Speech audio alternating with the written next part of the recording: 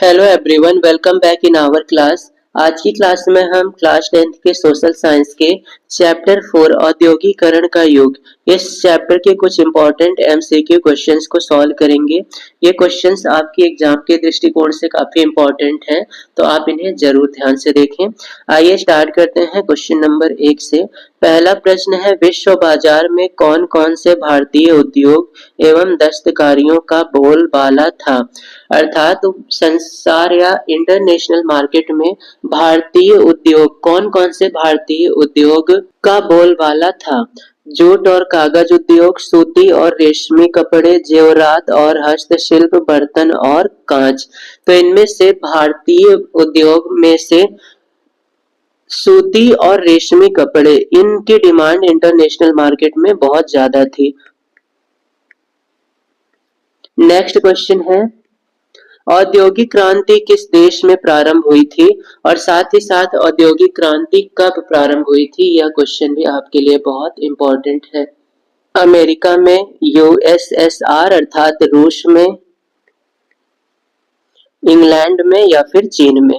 औद्योगिक क्रांति का प्रारंभ हुआ था 18वीं शताब्दी में, तो समय भी याद रखेंगे। 18वीं शताब्दी में इसका प्रारंभ हुआ था और इसका प्रारंभ हुआ था इंग्लैंड में, जो कि पहले ग्रेट ब्रिटेन नाम से मशहूर था। तो इसका प्रारंभ 18वीं शताब्दी में ग्रेट ब्रिटेन से हुआ था। यह क्रांति औद्योगिक क्रांति के दौरान कृषि प्रधान समाज ज्यादा औद्योगिक और शहरी हो गया। औद्योगिक क्रांति ने जीवन स्तर को बेहतर बनाया, लेकिन साथ ही ग्रीन हाउस गैसों का उत्सर्जन भी काफी बढ़ा दिया। तो इसके काफी मेरिट्स और डिमेरिट्स सामने उभर कर आई थी। नेक्स्ट क्वेश्चन की ओर बढ़ते हैं। नेक्स्ट क्वेश्चन है, 1911 ईस्वी में भारत में अधिकांश उद्योग किन राज्यों में स्थापित थे। 1911 में भारत में अधिकांश जो उद्योग लगाए गए थे, किन राज्यों में ज्यादा लगाए गए। बिहार और सिंध प्रांत, बंबई और बंगाल, मध्य और संयुक्त प्रांत, मद्रास और पंजाब। 1911 में अधिकांश उद्योगों को लगाया गया था बंगाल और मुंबई में, क्योंकि यहीं पर अंग्रेज और दूसरे विदेशी आकर बसे थे, तो इन्हीं शहरों को ज्यादा टारगेट किया गया था उद्योगों की स्थापना के लिए। नेक्स्ट क्वेश्चन है, 1928 ईस्वी के ग्राइप वाटर के कैलेंडर पर किस भगवान का चित्र अंकित था। 1928 ईस्वी के ग्राइप वाटर के कैलेंडर पर किस भगवान का चित्र अंकित था। बाल कृष्ण, विद्या देवी सरस्वती, भगवान विष्णु, धन देवी लक्ष्मी।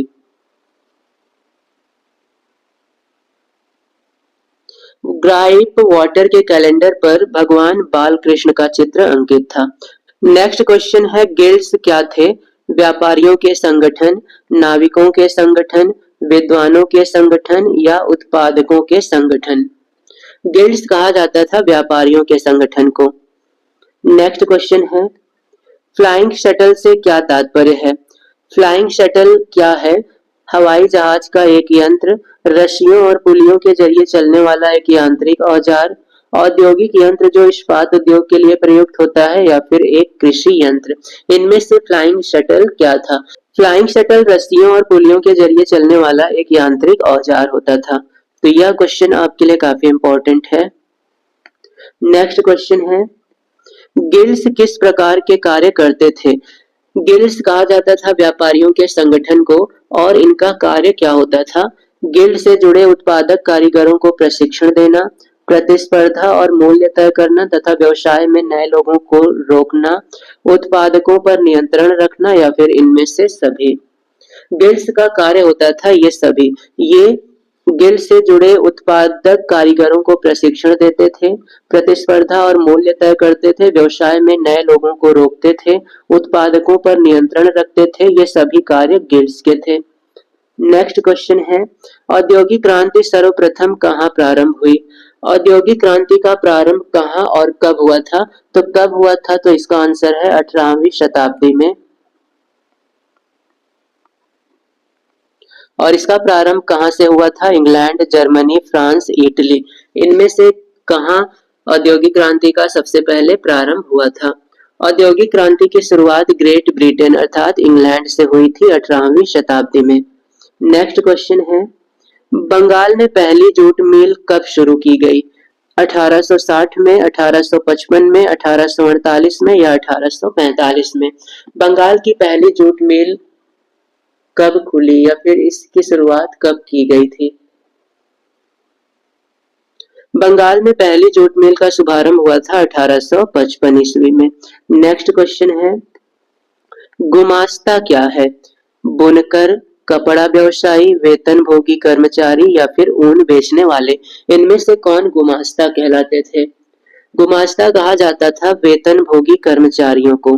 नेक्स्ट क्वेश्चन है, ईस्ट इंडिया कंपनी के बुनकरों पर निगरानी रखने, माल इकट्ठा करने, कपड़ों की गुणवत्ता जांचने के लिए वेतनभोगी कर्मचारी तैनात कर दिए जाते थे। इन कर्मचारियों को क्या कहा जाता था? तो वेतनभोगी कर्मचारियों को क्या कहते थे? जॉबर, कंपनी सुपरवाइजर, गुमास्ता, कंपनी ट्रेडर। ऐसे वेतनभोगी कर्मचारियों को गुमास्ता कहा जाता था। नेक्स्ट क्वेश्चन है, बंबई में पहली कपड़ा मिल कब खुली थी?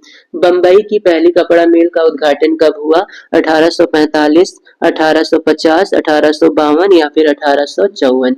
बंबई की पहली कपड़ा मिल का शुरुआत हुआ था 1854 ईस्वी में। नेक्स्ट क्वेश्चन है, 1840 ईस्वी के दशक तक इंग्लैंड का कौन सा उद्योग सबसे बड़ा उद्योग बन चुका था? 1840 ईस्वी तक इंग्लैंड में कौन सा उद्योग सबसे ज्यादा विकसित हुआ था? लौह इस्पात उद्योग, सूती वस्त्र उद्योग, कागज उद्योग या फिर कांच उद्योग? तो इनमें से सूती वस्त्र उद्योग ही इंग्लैंड का सबसे विकसित उद्योग बन चुका था 1840 ईस्वी के आसपास। नेक्स्ट क्वेश्चन है, इंग्लैंड में सबसे पहले कारखाने कब खुले? इंग्लैंड में सबसे पहला कारखाना कब खुला था? 1710 के दशक में, 1720 के दशक में, 1730 के दशक में या 1740 के दशक में? इंग्लैंड का सबसे पहला कारखाना 1730 के दशक में खोला गया था। नेक्स्ट क्वेश्चन है, स्पिनिंग जेनी का आविष्कार किसने किया था? M Matthews, James Watt, Immanuel Kant, James Hargreaves. Spinning jenny हाथ से चलने वाली एक मशीन थी जिसकी सहायता से ऊन या कपास की कटाई की जाती थी। इसका आविष्कार किया था जेम्स हरग्रीव्स ने। और ये आविष्कार उन्होंने कब किया था? तो इस समय है 1770। 1770 में जेम्स हरग्रीव्स ने स्पिनिंग जेनी का आविष्कार किया था और इस मशीन की को हाथ की सहायता से चलाया जाता था जिससे ऊन या कपास की कटाई की जाती थी। तो ये थे कुछ इंपॉर्टेंट क्वेश्चंस जो कि औद्योगिकरण के चैप्टर से लिए गए हैं। ये ऐसे क्वेश्चंस थे जो प्रीवियस एग्जाम्स में आ भी चुके हैं और साथ ही साथ इनके आगे आने की पॉसिबिलिटीज भी काफी ज्यादा है। तो आप ऐसे क्वेश्चंस को जरूर अच्छे से तैयार करें ताकि आपके एग्जाम में 20 में से 20 नंबर पक्के हो जाएं। यदि आप एग्जाम में ऑब्जेक्टिव क्वेश्चंस को अच्छे से करके आते हैं तो आपके शॉर्ट और लॉन्ग क्वेश्चंस में भी अच्छे मार्क्स मिलने की संभावना बढ़ जाती है। तो आज की क्लास में इतना ही। यदि आप चैनल पर नए हैं तो चैनल को सब्सक्राइब कर लें ताकि हमारी आने वाली क्लास की अपडेट्स आप तक पहुंचती रहे।